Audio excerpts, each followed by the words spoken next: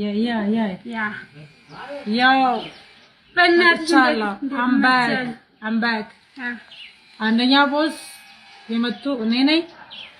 እኔ ደግሞ ሁለተኛ ቦስ ሰናት እና የመጡ የብር ችግር ነው።